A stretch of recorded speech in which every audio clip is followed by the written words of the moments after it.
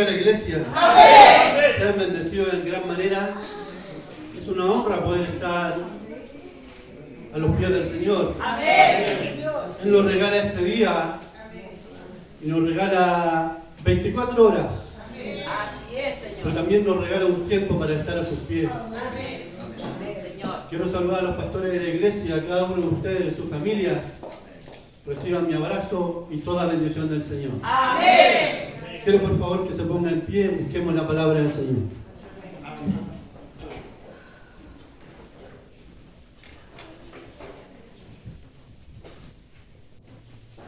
Nuevo Testamento, primera carta de Pablo a la iglesia de Corinto, capítulo 11.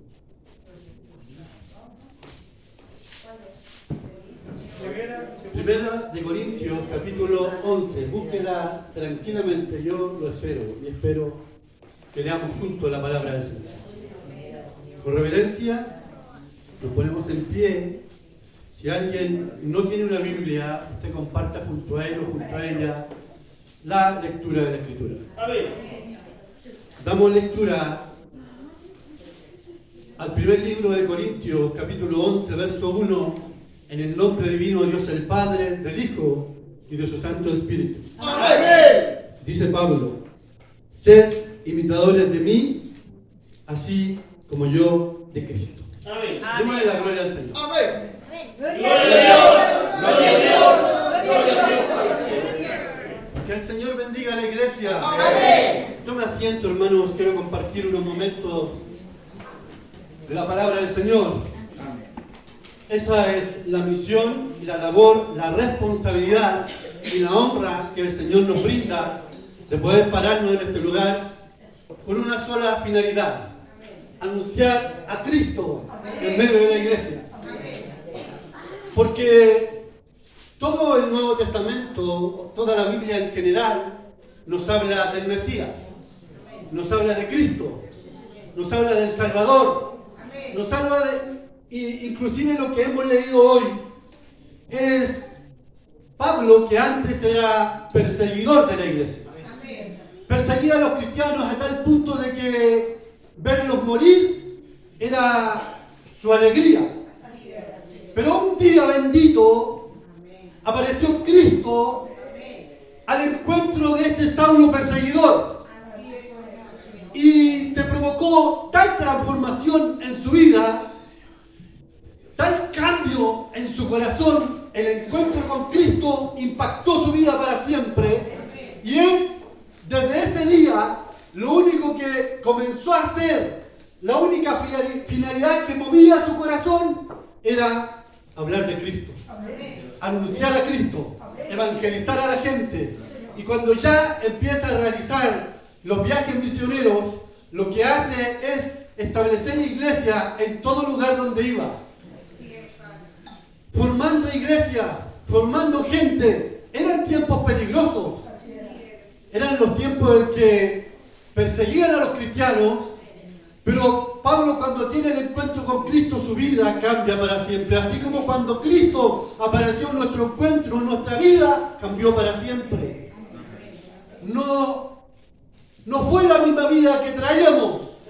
Cuando el Señor inundó nuestro corazón, lo aceptamos en nuestro corazón, nuestra vida cambió para siempre. Amén, Señor. Impactó nuestra vida el mensaje de Cristo. A través de una alabanza, a través de una predicación, a través de una conversación, a través de que alguien oró por nosotros, Cristo apareció en nuestra vida. Amén. Así apareció en la vida de Pablo. Y en este tiempo, cuando él hace este viaje a la iglesia de Efeso, estando en Grecia, al sur, probablemente al sur de la antigua Macedonia, escribe esta carta alrededor, según los estudiosos de la Escritura, alrededor del año 55-56 después de Cristo. Todas las cartas que escribió Pablo hablan de instrucción a la iglesia, hablan de amonestación a la iglesia, hablan de encaminar a la iglesia, de adoctrinar a la iglesia. No le habla a la gente de afuera, cuando envía carta, le está hablando a la iglesia. Amén. Y es aquí cuando él le habla a la iglesia de Corinto, que en el primer capítulo dice que la iglesia de Corintios era una iglesia que estaba enriquecida en todos los dones espirituales. Nada le faltaba. Pero había problemas en medio de la iglesia. Amén. Y es ahí cuando él empieza a molestar a la iglesia de Corintios. ¿Y por qué llega a decir ser imitadores de mí, así como yo de Cristo? Nos vemos y nos damos cuenta que en nuestra vida siempre la gente, desde muy niños o desde muy jóvenes, siempre quieren imitar algo. Los pequeños, las mujeres, las niñas, dicen, quiero ser como mi madre cuando grande. Los niños dicen, yo quiero ser como mi padre cuando grande. Cuando vaya creciendo quiero parecerme a mi padre. Y siempre cuando va avanzando la vida, en la juventud, nos damos cuenta que los jóvenes son muy propensos a imitar. Imitan las modas, imitan la vestimenta, imitan los peinados, imitan los cortes de pelo, todo lo imitan. Y el chileno se caracteriza por imitar todo lo que viene desde los países vecinos, de los países extranjeros. Siempre el chileno todo lo imita. Las modas, las costumbres, la modalidad. Y es así como eso después queda arraigado y la gente va perdiendo su identidad. ¿Por qué Pablo llega a decir estas palabras? Para poder descifrar esta palabra, tenemos que entender por qué dijo él, sed imitadores de mí. ¿Cuáles eran las características brillantes de Pablo que lo destacaban? Que lo hacían distinto quizás al resto de ese tiempo. Como les dije delante, el encuentro con Cristo cambió su corazón, cambió su modo de pensar, cambió su visión de vida, cambió todo lo que él podía pensar en el ayer, ese minuto cambió para siempre. Su gran finalidad era hablar de Cristo. Respiraba a Cristo, amaba a Cristo, anunciaba a Cristo, veía el dolor en la gente y hablaba del Señor. Era su misión, era su finalidad. Se estaba desarrollando un gran ministerio personal en su vida. Lo único que anhelaba cuando hablaba con alguien, cuando se encontraba con alguien, lo único que quería era mostrarle a Cristo. Era anunciarle a Cristo en medio de las naciones. Y él, cuando empieza a hablar a la iglesia de Corintios, en el primer libro dice, apóstol de Jesucristo, dice, no por voluntad humana, sino por voluntad de Dios. Dios lo escogió, Dios lo separó, Dios le dio ese ministerio. Porque en este tiempo, nosotros vamos de repente invitados a una iglesia y presentan a alguien y dicen el apóstol Juan, no sé cuántito. Y yo los únicos apóstoles que conozco son los que aparecen aquí. Amén. Si alguien por ahí se dice llamar apóstol, Dios tenga misericordia de él. Amén. Que el Señor bendiga a la iglesia. Amén. Pero para entender un poco más esta palabra, dice Pablo que él es imitador de Cristo. ¿Y cómo era Cristo? Dice la palabra que hay en el libro de San Mateo, capítulo 11, dice, aprended de mí. Y ese es un versículo que lo sabemos de memoria una y otra vez. Aprended de mí que soy manso y humilde. Y eso es lo que quiero expresar a la iglesia. Que en nuestro corazón deben haber características de Cristo. Porque nosotros nos irritamos con facilidad. Nos airamos con facilidad. Cuando tenemos algún problema o una dificultad, a veces no tenemos paciencia para esperar, tal vez estamos en la fila de un banco, estamos haciendo un trámite, y porque llegamos nosotros, que somos hijos de Dios, queremos que nos atiendan de inmediato y nos enojamos, nos airamos, nos molestamos. Y a veces lo que deberíamos mostrar en ese minuto es respeto al que llegó antes que yo. Amén. Respeto al que llegó primero que yo. La humildad no tiene que ver con nuestra vestidura, la humildad no tiene que ver con quizás con nuestra posición social o económica dentro de una sociedad. La humildad se lleva en el corazón. Amén. La mansedumbre para poder llevar una situación difícil, una situación compleja, una situación determinada que vivamos, poder tener la paz en nuestro corazón y ser, como lo dice, mansos. Nuestro Señor, en cada una de sus pláticas, en cada una de sus predicaciones, en cada una de sus conversaciones, y cuando tiene la oportunidad de comenzar recién su ministerio, dice la Escritura que Él se apartaba a lugares desiertos y oraba, y estuvo toda la noche orando con Dios para el otro día elegir a los 12.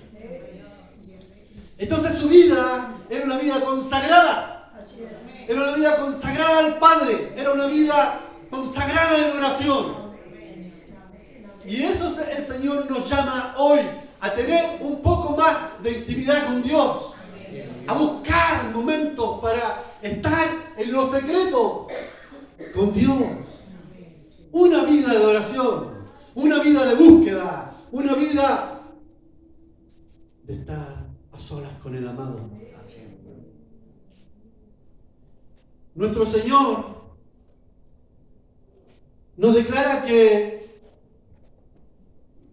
en el sacrificio más grande que hizo por cada uno de nosotros, sin excepción de persona, por toda la humanidad, nos demostró un amor que ninguno de nosotros puede dar por el otro. El amor por la humanidad. Siendo inmerecedores, nos entregó un amor el cual nosotros a veces olvidamos. Olvidamos el sacrificio en la cruz. Olvidamos que pagó un precio hasta la última gota de sangre. Inclusive dice la Escritura que a través de una lanza ya no salía sangre, sino que salió agua. Hasta la última gota de sangre por usted y por mí. ¿Estaría usted dispuesto a dar su vida por quien está a su lado? La expresión más infinita e inexplicable de amor por la humanidad. Y nosotros, cuando alguien a nuestro lado tiene necesidad, nos olvidamos del amor. Nos olvidamos de expresar ese amor que tanto decimos sentir por nuestro hermano. Nos olvidamos de expresar el amor que tanto decimos y a veces le contamos a la persona que le tenemos. Cuando haya una gran pérdida, tenemos que demostrar el amor. Cuando hay una gran dificultad, un gran problema que quizás nosotros podemos y tenemos a la mano, quizás la respuesta, podamos acudir, porque esa es expresión de amor. Cuando yo me preocupo de quien está a mi lado, Amén. cuando yo expreso por quien está a mi lado, en un abrazo, mi expresión de amor. Porque si me lo salto y no lo amo, dice la Escritura que no conozco a Dios y no amo a mi hermano. Hay ejemplos grandísimos en la vida del Mesías que nos expresan el amor que Él tiene por la humanidad.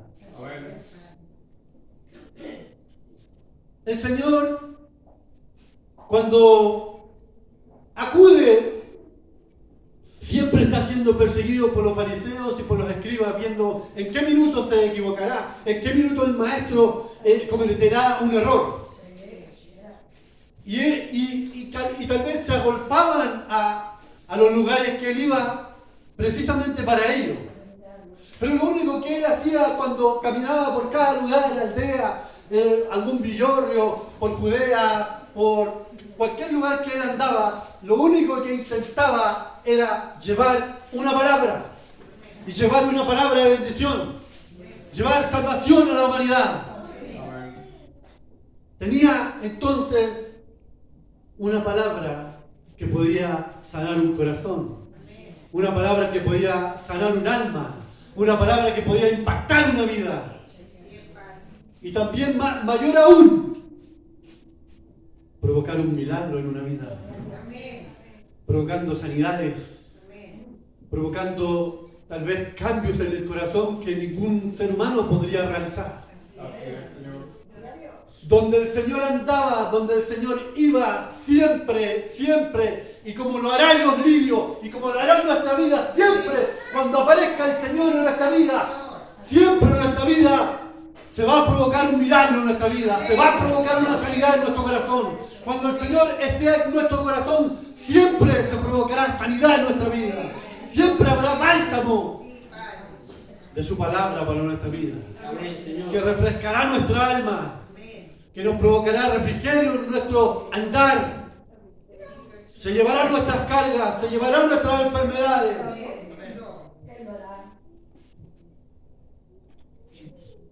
Cuando Pablo habla con su hijo Timoteo y encargándole tareas ya, cuando él sabe que está llegando a su fin, sabe que lo que se acerca a su vida, porque él rindió su vida a Dios a tal punto de saber que en cualquier minuto su cabeza rodaba por el piso. Anunciar el Evangelio a tal punto de saber que en cualquier minuto lo vendrán a buscar para cortar su cabeza. Y le dice a su hijo amado ahí en el primer libro de Timoteo, capítulo 4, verso 12, dice: ninguno, nadie tenga en poco tu juventud, sino sé ejemplo en palabra, en lo que diga, en lo que salga de sus labios, en conducta, en lo que haga, en lo que realice, en cómo se comporte, en cómo ande, en espíritu, en la actitud de venir al Señor, en la actitud de que la demás gente me vea en mí, que Dios está en mi corazón. Amén. En fe. Porque Pablo decía: yo sé. Yo no golpeo el aire, yo no camino en la aventura. Yo sé en quién he creído. Y en esta noche cada uno de nosotros puede decir: yo sé en quién he creído. Yo sé quién vive en mí. Yo sé quién está en mi corazón. Y pureza. Y vuelvo a repetir, la pureza no tiene que ver con nuestra vestidura. Tiene que ver con nuestro interior. Como yo veo a mi hermano con pureza, con limpieza de corazón, en que anhelo el bien para usted y que usted pueda anhelar el bien para su hermano que está a su lado. Y le dice: sé ejemplo, aunque los demás no sean ejemplo. Tú, Timoteo, sé ejemplo de servir a Dios. Hay características en Cristo claras para la iglesia. Y esa es el encargo que quiero hacerle hoy a la iglesia. Es el encargo a través de la Escritura que quiero hacerle a la iglesia de los lirios. Y alguien puede decir: ¿a usted también? Sí, porque la predicación viene de aquí hacia el final de la iglesia. Todos somos responsables de la palabra. Todos somos responsables cuando nos hablan de la Escritura. Todos somos responsables de oír la palabra de Dios. Pero más responsables y más parados en el camino debemos estar de hacer la palabra. De que se haga vida en nuestra vida. ¿Estamos siendo ejemplo? Así es, Señor. Amén. ¿Nos reconocen que somos hijos de Dios?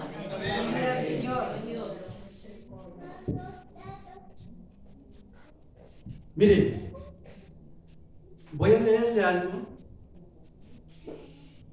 que yo saqué de cualquier diccionario, me tomé la libertad de sacarle de cualquier diccionario de la lengua española.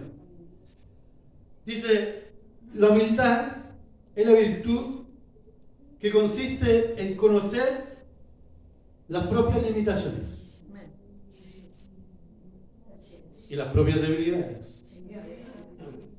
Dice, el término proviene del vocablo latino humillares. Podría decirse que la humildad es la ausencia de la soberbia. ¿Cuántas veces somos soberbios? Engreídos, altaneros, miramos por encima del hombro. Podemos pisotear a alguien y seguir caminando. Podemos botar a 10 en el camino y nos da lo mismo. El Señor nos ayude. Apacible. Dice dulce y agradable. ¿Somos dulces y agradables? La gente nos desea escucharnos, desea oírnos, desea estar junto a nosotros. Una cualidad del Señor era que cuando todos apuntaban a alguien, en el pasaje de la Escritura está una mujer samaritana y tantos otros en los cuales toda la gente le dice, ¿es pecador? ¿Es pecadora? Y cantamos nosotros, ¿si es pecador? Yo no lo sé. Lo único que sé es que Cristo un día vino a nuestro encuentro y nos salvó. Pero en ese tiempo la gente apuntaba y no tenía capacidad de perdonar. Nosotros tenemos capacidad de perdonar. ¿A quién nos hizo daño? ¿A quién nos dañó? ¿A quién nos pisoteó? ¿A quién nos dejó en el piso? ¿A quién barrió con nosotros? Que el Señor nos ayude para que tengamos capacidad de perdonar. La iglesia tiene que ser una iglesia sana. Sea bendito el nombre del Señor. Misericordioso, que siente o muestra compasión, lástima, piedad y solidaridad con el sufrimiento. No nos alegramos cuando alguien sufre. Tenemos que tener compasión. Tenemos que ser misericordiosos. Tantos ejemplos que hay en los evangelios y en lo que nos señala el apóstol Pablo, para que nosotros recibamos esta instrucción y la recibamos con sencillez, y la recibamos con humildad, porque siempre Dios quiere hablarnos. Lo importante es que nuestros oídos y nuestro corazón estén atentos a la voz de Dios, estén atentos a la instrucción de Dios. ¿Se recuerda el mensaje de la reunión anterior? El Señor nos decía que quizás también dormíamos como el profeta, y es necesario esta noche despertar a la palabra. Es necesario estar en pie. ¿Por qué Pablo en sus cartas amonesta a la iglesia? Porque pasa como hoy, que en la iglesia de Corinto empezaron a entrar costumbres de afuera en la iglesia de Corinto. Y él empieza a molestar porque son como el día de hoy como el día de hoy, en este tiempo que vivimos, son tiempos peligrosos. Y también son tiempos peligrosos para la iglesia. Por eso hay que remecer un poco a través de la palabra nuestra conciencia, nuestro espíritu, para preguntarnos esta noche, cada uno de nosotros, ¿somos ejemplo? Nos irritamos con facilidad, nos molestamos con facilidad. Yo he visto gente, hermano, y lo digo aquí en el altar del Señor, delante de Dios, he visto gente que llegando a la iglesia, abriendo la puerta, se encuentran con el gato y el gato vuela como de aquí a la mitad de la iglesia. Lo he visto. ¿Dónde está Dios ahí? Si en las actitudes, si en el actuar, en el hablar, en el decir, en el comportarnos, demostramos si está Dios en nuestro corazón.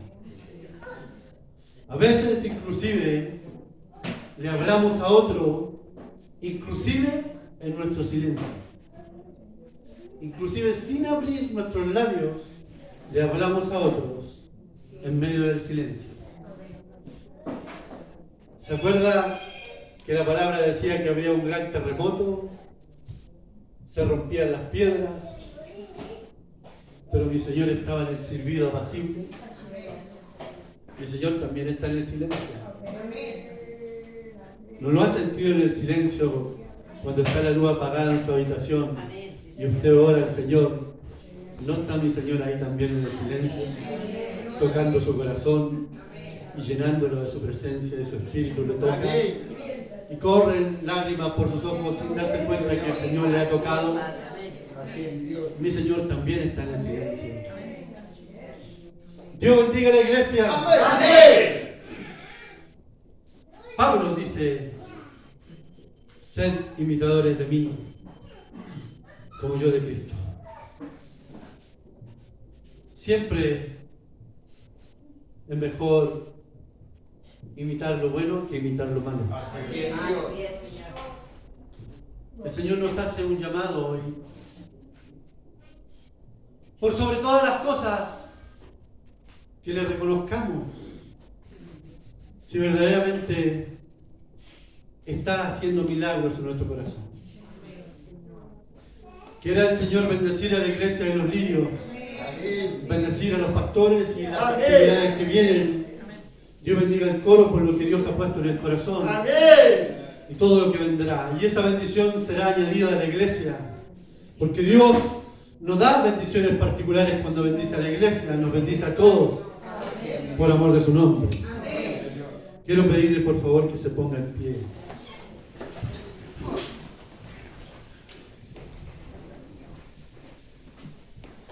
Quiero bendecir al Señor por todo lo que me brinda. Quiero bendecir al Señor porque